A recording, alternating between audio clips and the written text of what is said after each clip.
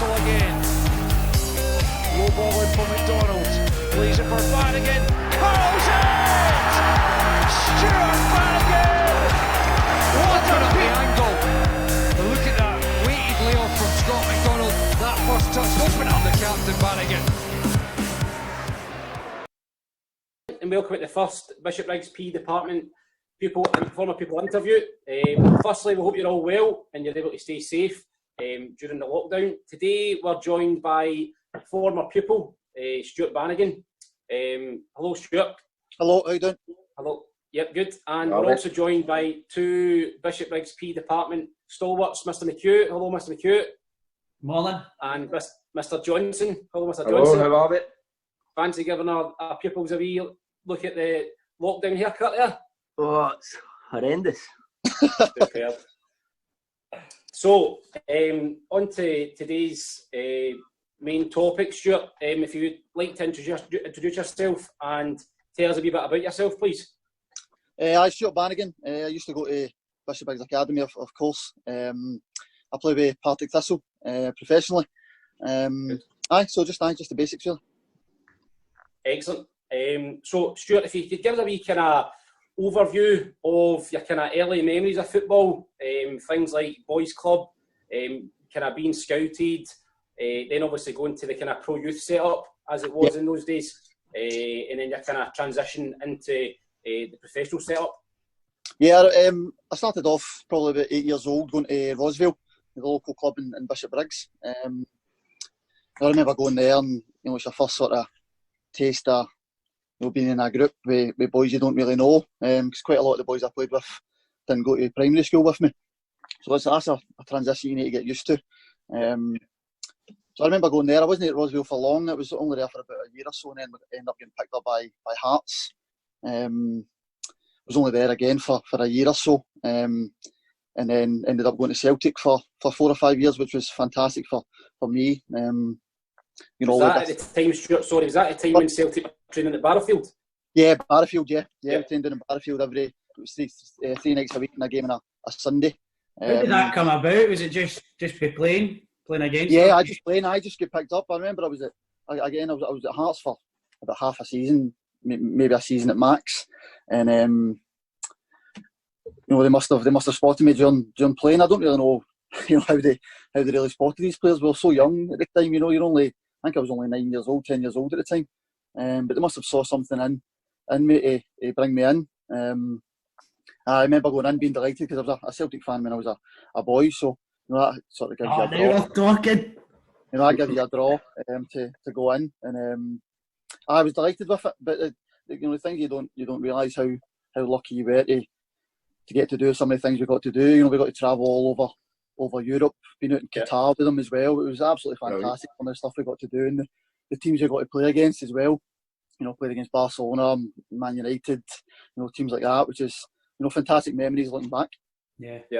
What was the transition then, Stuart, from Celtic? Where did you go after that? Did you go directly to Thistle? Well, I ended up getting released for Celtic. I don't know if it still is the jump now. It was under 15s to 17s was the jump. There wasn't a 16s back then. And I was quite small. I was quite, very skinny. I played out in the wing then as well, and I think the jump would have been a bit too big for me. I think they were right in what they were saying. But at the time, you're devastated because you do think that you're just going to stay there your full career, even though it is Celtic and they're one of the best in the country. You do think because you've been there for so long, you're just going to stay there. So I was disappointed with that news, and I think I ended up taking a wee bit of time out actually. I think 6 months at the game really, and I just ended up going back playing. My mate invited me to play boys' club down at the Firhill Complex. Just train there a couple of nights a week with them, and luckily for me, I think Thistle's 17s won the half a pitch next to us, and they ended up picking me up for there. So it was a sort of a fate thing, really. Yeah. And I sort of moved on for there. Good. Sure. See the Celtic team that you were at, kind of from a younger age. Was there anybody in that team that made it professionally, or anybody that would know that were playing in that team? Yeah, I actually got, believe it or not, I actually got a few. He's talking about this, actually, it's quite weird. I got a few pictures the other day. one of the boys that doesn't play, he added us on Facebook. He's uploaded a couple of pictures, so I've got a couple of pictures here to see if you can see if I can name a few. Just see if a couple you would know. Mark McNulty at Hibernian played with Coventry. Yeah. Boy James Keaton's been at Hearts, Hibs. Yeah. I think a few others. Callum McGregor came up and played. He was a year below. He came up and played with us quite a lot. Yeah, he's done no bad for himself. I think a couple others. A couple others lower league. I don't know if you know Jordan Kirkpatrick, people like that. You know, so we had 4 or 5 players that ended up are still playing now. Senior Lewis Toshney's played with Dundee United and stuff like that. So no bad team, but people go their different ways. You know, it's not the be all and end all staying at Celtic. You know, you find your level and you know, you meet brilliant people along the way. So it's certainly no harm in being there, but then moving on and finding something new. Yeah. Stuart, see on that. See, you talk about coming up through academy. Who would you say was kind of standout players that you maybe trained with or played against at a really kind of young age? Well, the boy James Keaton's, we went across I think we played in Belgium and Italy 2 years in a row, playing against the best teams in Europe at our age, and he was fantastic. He really was. He was a striker, and just the way he hit the ball, you just knew he was something special. And he always felt he was a better player than the rest at that age. But I always say to people as well, say to kids whenever I speak to them, people develop at different times, and I'm not saying he never turned out to be. Still had a great career. He's played with some fantastic teams, but you know, at that time, and he was that age, you know, you thought he was destined for stardom. He really did. He was, but you know, people develop at different times, and I'd probably say James Keaton. Right, I've got a wee question then, just about your training then at a young age, Stuart. So, if you get any tips for our younger pupils, maybe on the importance of hard work and consistency in order to achieve success in anything basically that they're doing? Obviously for you it's football. Yeah, 100%. For people that are, you know, that don't want to be a sportsman, but they play it for the love of the game or whatever. You know, sports teaches you different things that you can use. You know, your discipline, your timekeeping. You know, a lot of people involved with sports, they hate being late, and it's a good thing to have. You know, teaches you drive, working as a team. You know, not getting pushed over in certain ways. So even if you're not being involved in sports, or you don't want to be involved in sports professionally, whatever, you know, you can still play it, and it still teaches you things that you can use in your life. And for people that do want to be involved in it, you know, I touched on it earlier. You certainly don't need to be the best at your level to progress. You just don't. And it's crazy to say.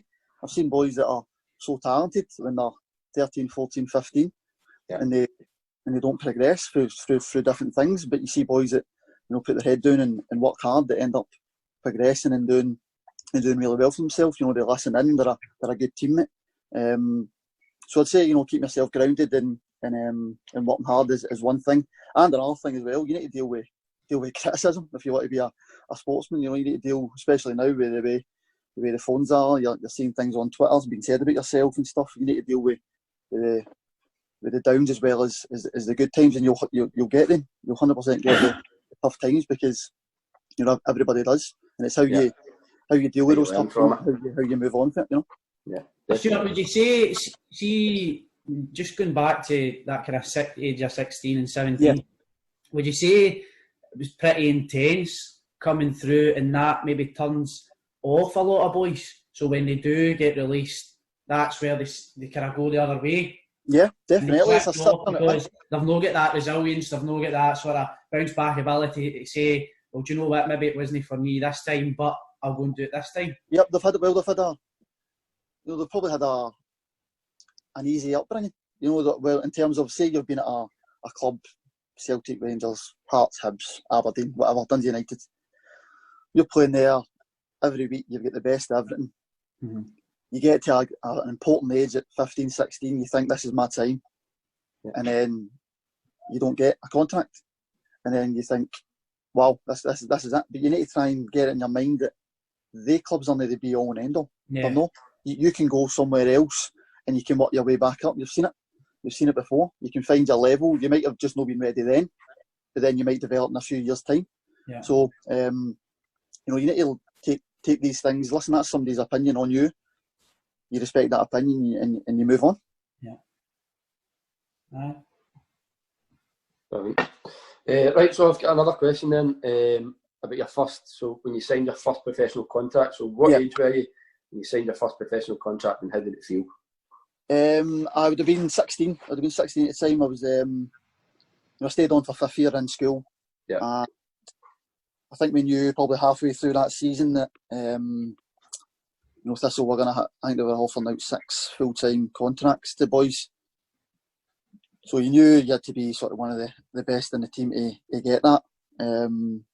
So I knew that I was in with half a chance. I wouldn't say I was the best, but I knew I was in the mix of it to get a contract. And I think the manager of the 17s at the time, a guy called Ian McCall, he was a big role model for us. He had a great career, played with Thistle and Aberdeen and stuff like that.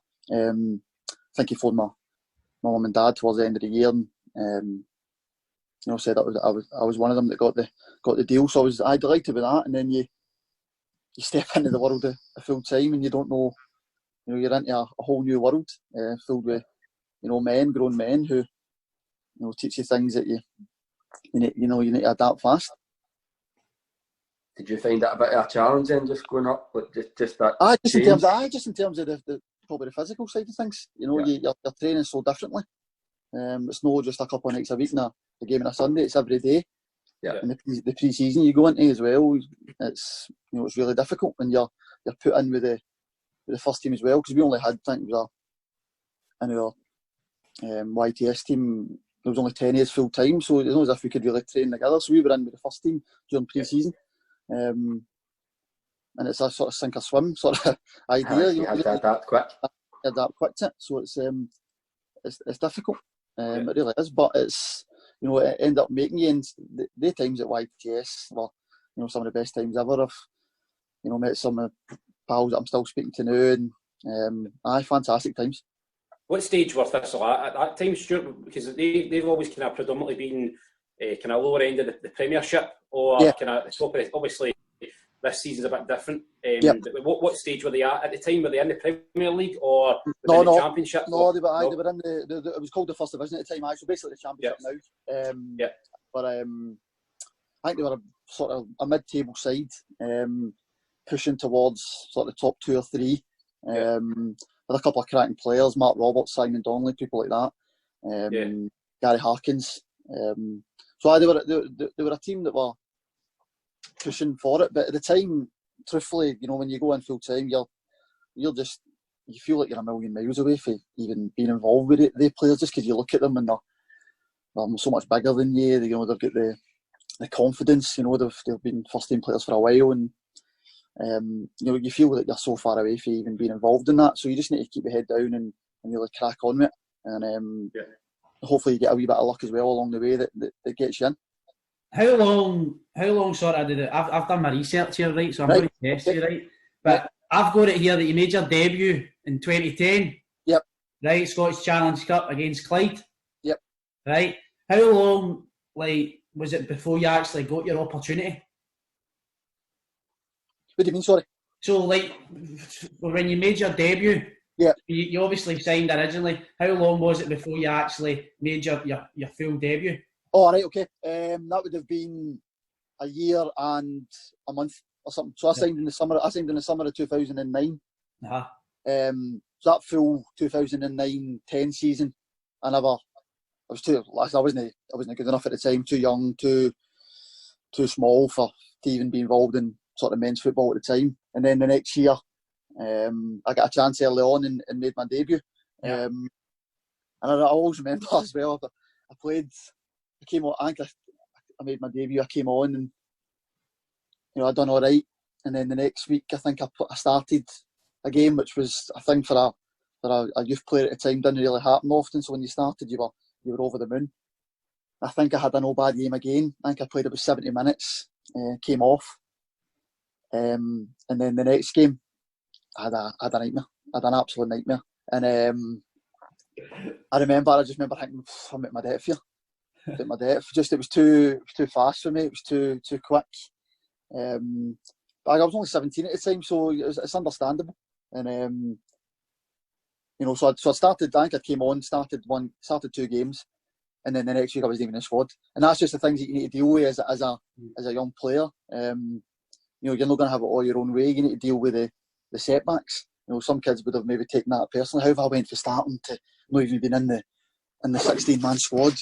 But the good thing was I was pulled aside and said, "Listen, you've done well, blah blah blah, but you still need to progress." And that's when I ended up going out on loan the month after Ayr, which sort of I think really set me up for my career. Did you think that kind of arm round the shoulder was like a little turning point? Because I know certain people prefer the arm round the shoulder, and some people prefer the more direct in your face. Yeah, I do think it would have been pretty harsh to go mental at me or to scream at such a young boy when he's done okay. Listen, I've done okay. I wasn't great. I held my own the first 2 games. The last game, I sort of ran out of gas. So I think it would have been pretty harsh, and it could have demoralised. So that's a good thing for the management team, that they saw the right thing to do. And I remember him pulling me aside, saying, "Listen, this isn't. You'll be back in at some point. Don't worry about it. Just keep working hard." And then the next month I get the call to go to Ayr. Ayr won the league below, but challenging for the title. So it wasn't that much of a gap in terms of standard of football. So I ended up going there for the rest of the season and played near enough every game. Ended up getting promoted through the playoffs. So it was a brilliant time for me. And I met some fantastic people at Ayr as well. Brilliant. That's sort of taking us into the next set of questions, obviously. That was a professional career. I've got one more question, Stuart, just about in terms of your professional career and talking about your injury. Just because I think it's an important message for a lot of the kids that everybody experiences setbacks. So it was just about that. Firstly, kind of how did the injury happen, and then what was the road to recovery like for you? Oh, you got all day here, unbelievable. I can remember I was doing pretty well that season. My contract was running out, but I had, all the things were in my favour. I had a chance to sign for teams in January. Yeah. I ended up leaving it because I thought, I might as well wait till the summer and have more options, whatever. So we were playing March away to Hearts at Tynecastle, and I remember shutting the goalie down. Still don't know why I done that. Just leave a stupid goalie on it and let him kick it. So I put the goalie down and he changed direction, and I think my leg just gave way, and it was really sore at the time. But usually after you've done, I ended up doing my cruciate ligament. But usually at the time you can tell straight away. You do a wee sort of thing when the physio does, you can tell straight away. But that didn't quite happen to me. Mine was sort of in between. They weren't sure, so I ended up waiting.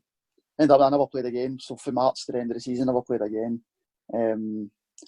Wasn't sure if I was staying at Thistle or not. It was a big palaver. Ended up waiting 6 months because they weren't sure if I needed the surgery. I ended up needing the surgery, so that was 6 months wasted. Surgery, obviously, I think they usually say about 9 to 12 months after a cruciate ligament, you need to come back. So that was another year. The surgery had something wrong with it, so I had to go back in. So it was a lot of things added up. I ended up for 2 years with the same injury, which was so frustrating for me because I was coming into the sort of good times in my career, and it just came at a bad time. But I never tucked it. There was many times I could have. I think there was one towards the start of the 2018 season. I'd been out for the 2 years, and I came back to pre-season. I was right on it. We were doing the pre-season. We were training every day, and I was delighted to be back. And 2 days before the first game,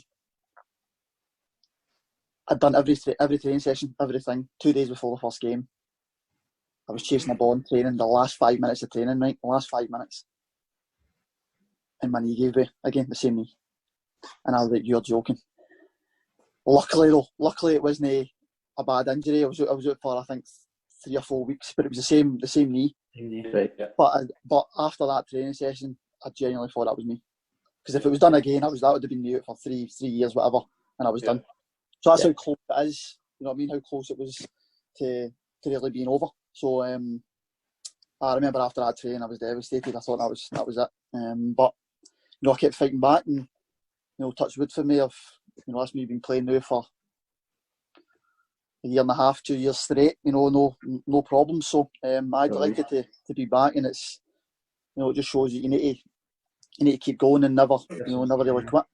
Definitely. It was really important during that time when you were out and injured. Was there a coach? Okay, there's so many people. Your mum and dad are massive. You know, my girlfriend, your pals. You know, keep in touch with you and stuff. But at the end of the day, and it sounds a bit harsh, but you need to do it for yourself. You know, you need to. It's only you that can get you through it. You know, you need to put the work in. You need to do the hard miles, as I say. So you know, you can get all the help you want, but at the end of the day, you really need to do it for yourself. Mm-hmm. And was that pretty strict, the plan that they had you on? Was it like gym work and? Yeah, it's really tedious and really all the boring stuff. It really is. You know, you start with, no joke, just stepping up in a 1 foot sort of there.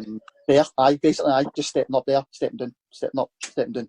You're doing that for 20 minutes at a time, and it's so boring. It's just lifting your leg, bending it, because you can't bend or straighten your leg fully at the start of it. You know, you need to get that motion back. So it's tedious stuff, but you know, it's certainly worth it when you get back playing and you realise what you've missed. What was that first game back like? Tremendous. Oh, it was. I couldn't believe it. Really, to be honest, it was. I remember. It was pretty emotional. I remember I came. It was Morton at home, and the Friday, the day before in training, I wasn't supposed to be in the squad, and the manager came up to me and he said, "Put you on the bench tomorrow." And I was like, "Aye, brilliant." So I was delighted to be on the bench. Never thought I would get on. I thought he's maybe putting the bench to lift the spirits or whatever. And it was 1-0. Morton were winning. No, sorry, we were winning 1-0 with 20 minutes to go.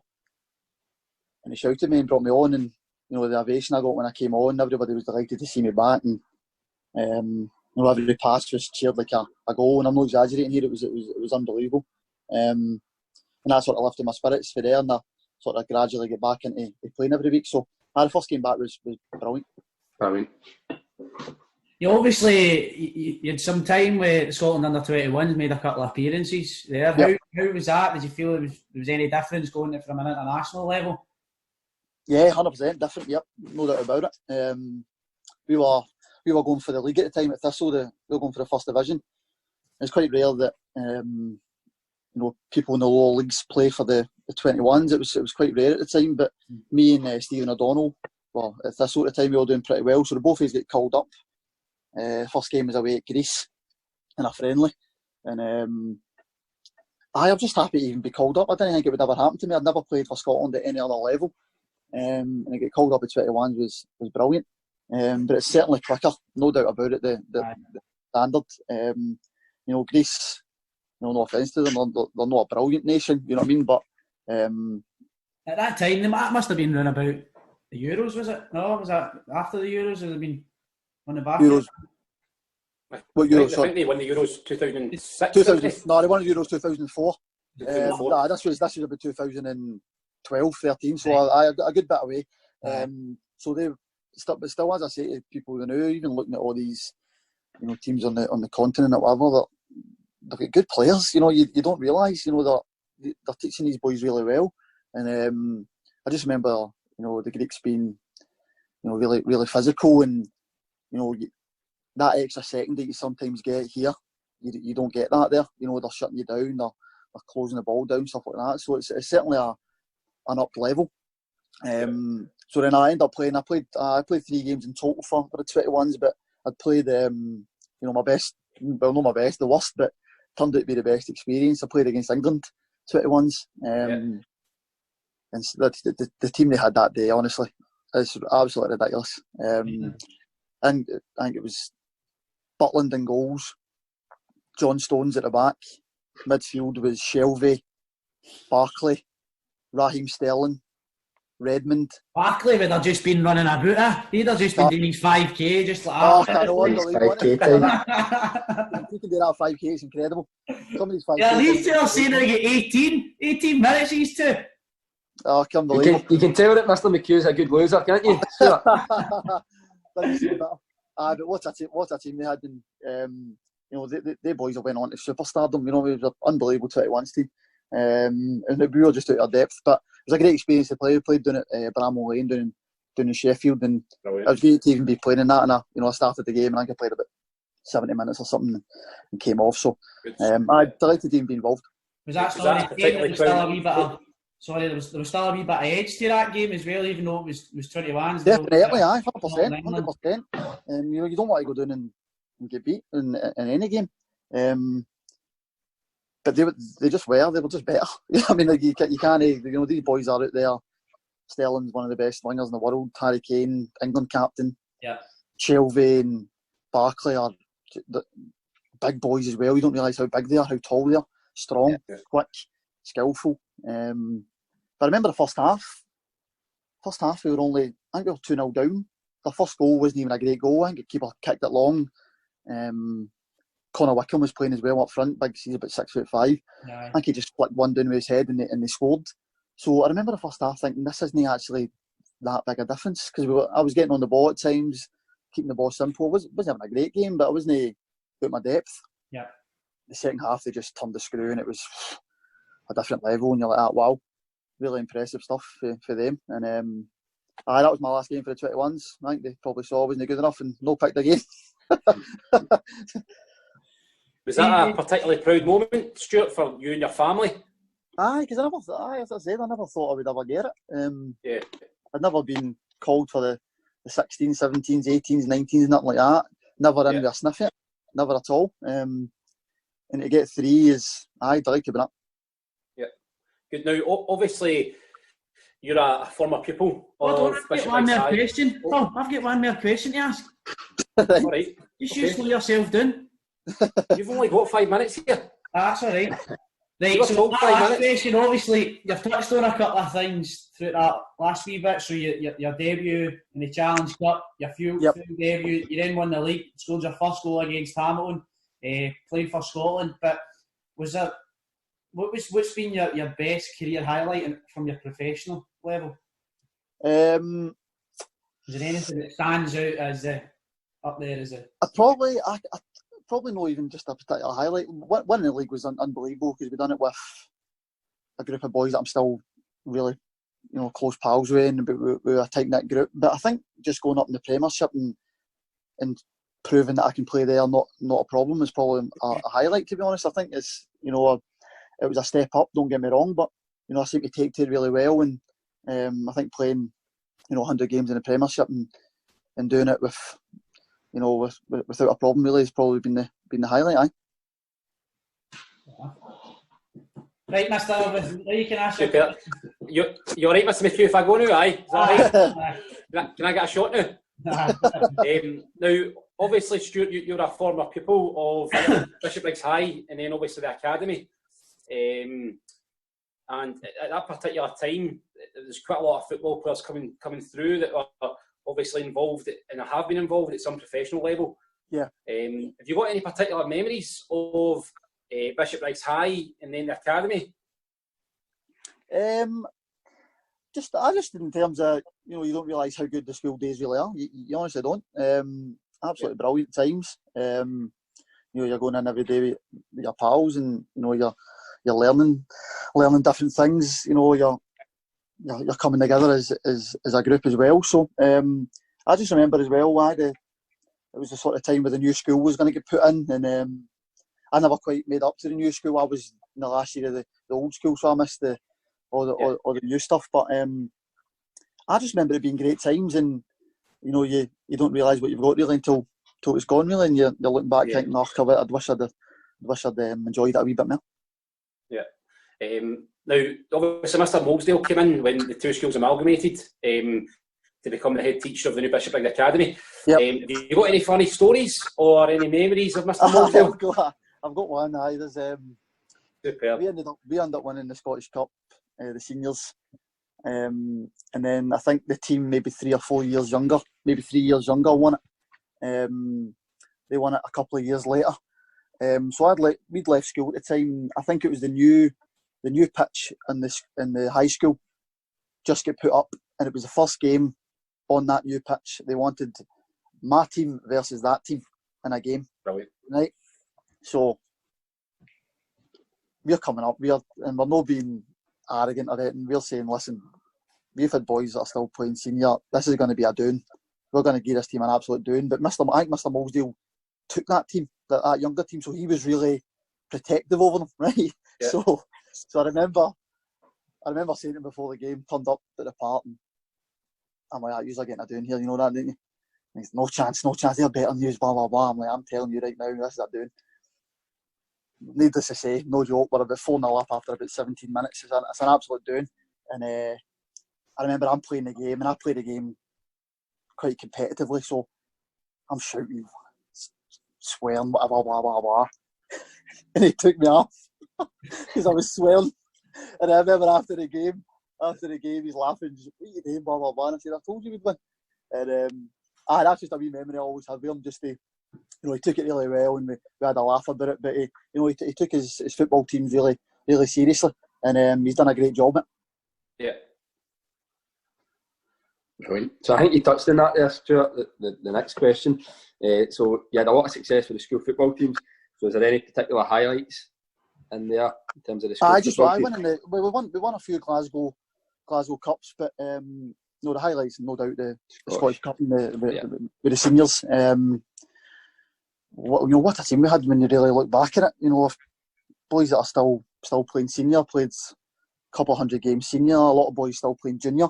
We blew teams away, we really did. When you look back at the scores of the run-ins, games of 4-5-1, 6-7-2, all the way up through, and then even to play the final, quite a lot of the finals after that, when they played at Hampden, they were played at different stadiums, so we were lucky we got to play at Hampden. Incredible. And I always remember being 3-0 up at half time, going in at half time and thinking, this is one already. And the team came back and they came back and they scored 2, made it 3-2, and then they hit the post in the last 5 minutes to make it 3 each. We ended up going up the part and scoring a late winner, making it 4-2. But a really fantastic team with boys that we're all still close pals. But boys at Alan Cook played senior, still playing senior. Sean Dixon, even boys that didn't quite make it senior. People like Jack Hamilton, stuff like that. Brilliant players at that level. So we were a really good school team, and lucky for us, we got the job done. What about away for the football part in terms of in school? What do you think? What's the impression the teachers think would have of you? I don't think I ever gave a teacher one problem. I just wasn't that sort of person. Hopefully they would say that about me. I'm not sure, but I'm not sure how many teachers are still there. But I never gave teachers any problems at all. Quite respectful in that way. And listen, I know a few boys in football teams and that are a wee bit mischievous and stuff like that. But I certainly wasn't one of them. What was your favourite subjects then? Sorry, what are you going to say there, Scott? What was your favourite subjects at school? Sure. I really liked history. I really shine at history. I got my higher history as well. So I don't know why I could take a real shine to that. I remember Mr. Hepburn, that he was a real good teacher for me as well, and back then. So I don't know why. Just history was a subject I really enjoyed. Mr. Hepburn will be proud of that. He'll be he'll be cycling about now. Proud of I've got Mr. Irwin. Have you got any more questions? I've got quite a few. Well, I think Mr. Johnson's got one more question. Is he right? Sorry. Yeah. So just any advice for our pupils? I think we did touch on this kind of in the first section, but again, any advice that you've got for pupils who are looking to obviously achieve success? Anything that you've felt is going to help you get to where you are? If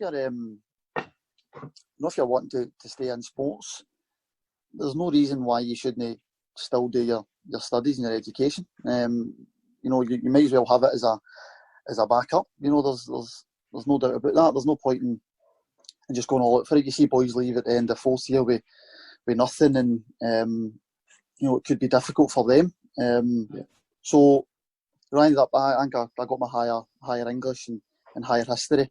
So I've got a few things there that, you can fall back on. So I would say, stick in at your studies, and listen, if you get a chance to go and do whatever you want to do, then go wholeheartedly at it and give it a right good go. But don't just push aside your studies. Definitely. Yeah. I've got a couple of questions, Mr. Irvin. Have you? Oh, on you go. So I'd like just a couple of minutes just about like kind of the current season or sort of last season. Obviously, you've got Ian McCall as your manager. Now, I'm sort of still playing football as well, and the fines now, sometimes you've got a fine system, right? Aye. So it was well documented in the papers. He turned up with his Ayr United. He did. Was there any? Are you allowed to give him a bit of banter, because he seems the type of guy not to mess with? Well, see, to be honest, he is the sort of guy that he can take a laugh. Don't get me wrong, 100%. But we weren't doing well at the time, so I wouldn't be the one having a go at him and when he's well and stuff like that. So no, he's genuinely a brilliant manager. He really is. He gets the best of the players.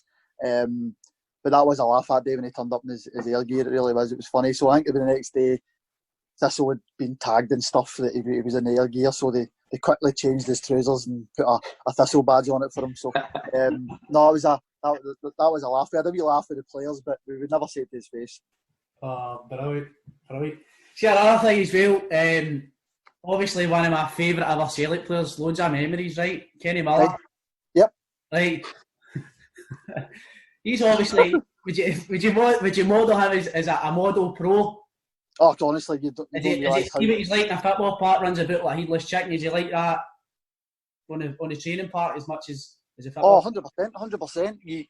I couldn't believe how fit he was. Oh, I couldn't believe it. I mean, I think he was still. What they finished with us there in January. I think he might have been 41. 40. I think he's 40, aye. 40 years old. He was definitely 40. Might be 41, but he was definitely 40. And he was still one of the fittest players. Never, ever injured. Never missed training. Never missed a game. He never even, usually the older players after games are all, my hammy's tight, or body's in bits or whatever. Never. It was unbelievable. It just shows you he was lucky enough that he did tell us that he never really had many serious injuries. But incredible pro, and you don't play that long with the clubs that he has if you've dedicated yourself and you're a brilliant player. So a really good player, and somebody you look up to. Do you think that comes down to like lifestyle and diet and whatnot, Stuart? I think so. I don't think it's the be all and end all, but he certainly did look after himself, in the way he trained and the way he prepared. So it's all these things sort of come together. And don't get me wrong, you need a bit of luck as well. But he's I just couldn't believe how fit he was for his age. It was incredible. Putting boys to train that. Sorry. How are you going to go? No, you get the impression he just loves the game. Yeah. You wouldn't play that long. He just wants to play for as long as he possibly can, instead of just picking away. He could have easily retired years ago and been absolutely fine with the career he's had. But it just shows you the love of the game he had. He went on and played for as long as he did, and even dropped down a level to play with Thistle. He didn't need to do that. It shows you the love of the game that he's got, that he continued to play on for as long as he did. Just talking about players, I've got a wee kind of a finisher question. Right. But, obviously, five-a-side football. Right. If you were to pick a team of players, you can include yourself if you want, but players that you've played with or against, who would be in your five-a-side team? Me and Mr. Irvin need to be in here, by the way. Really. I'm happy. I'll referee it, Stuart, right? You ref it. Well, I could easily just go everybody against that I've played against, and it would just be ridiculous. But I'll try and stick a couple of players that I've played with. In goal, I'll go. Played against Fraser Foster. He's just a wall, wasn't he? He's just massive, and it'd be tough to get by him. I'll go. There's a boy I played with at Thistle, Stevie Lawless, right? He's no joke, one of the best small-sided players you've ever seen in your life. He's playing with Livingston now, doing really well at Livingston. Yeah. unbelievable five-a-side player. So I'd go Foster, him. I'll go Raheem Sterling. Yep. I'll go. That's 3. I'll stick myself in there because I like to put myself in these teams. I'm not saying I'm a brilliant five-a-side player, but I'm just saying I'll put myself in. And one more. Just because I couldn't believe how good he was playing against him. I'll go John Joe Shelvey.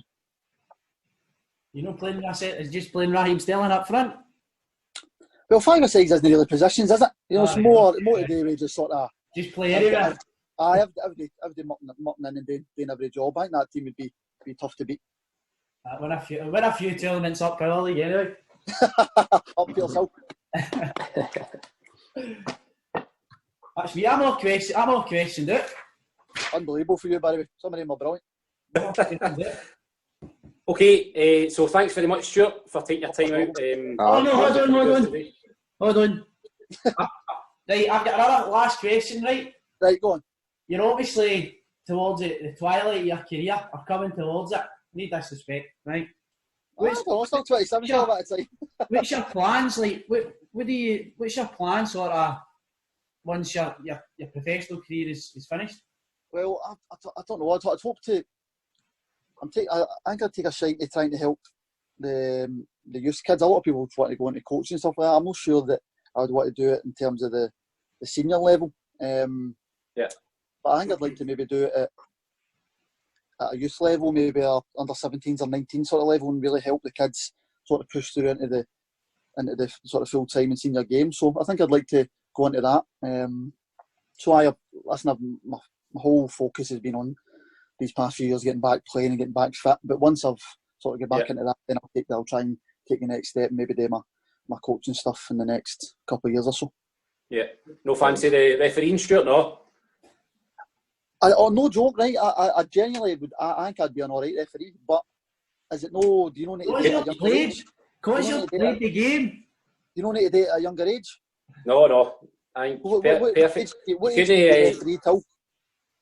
What age can you referee till? Yeah. There's no age limit. No. As long as you can pass the fitness test, sir. Yeah. Can't wear that hat though, Stuart. I know. Can't have that beard, I know. I can, unbelievable. In my disciplinary record, I don't think I'd be accepted in the referee world. Okay, so just again, thanks very much, Stuart, for the second time. If Mr. McCall let me finish this time, and to anybody that's not watching this, make sure you go onto our Twitter at Bishy PE and give us a follow. Okay, thank you very much, guys. Thanks very much, Stuart. Thanks very much, guys. Cheers, Stuart. Take care. Thanks very much.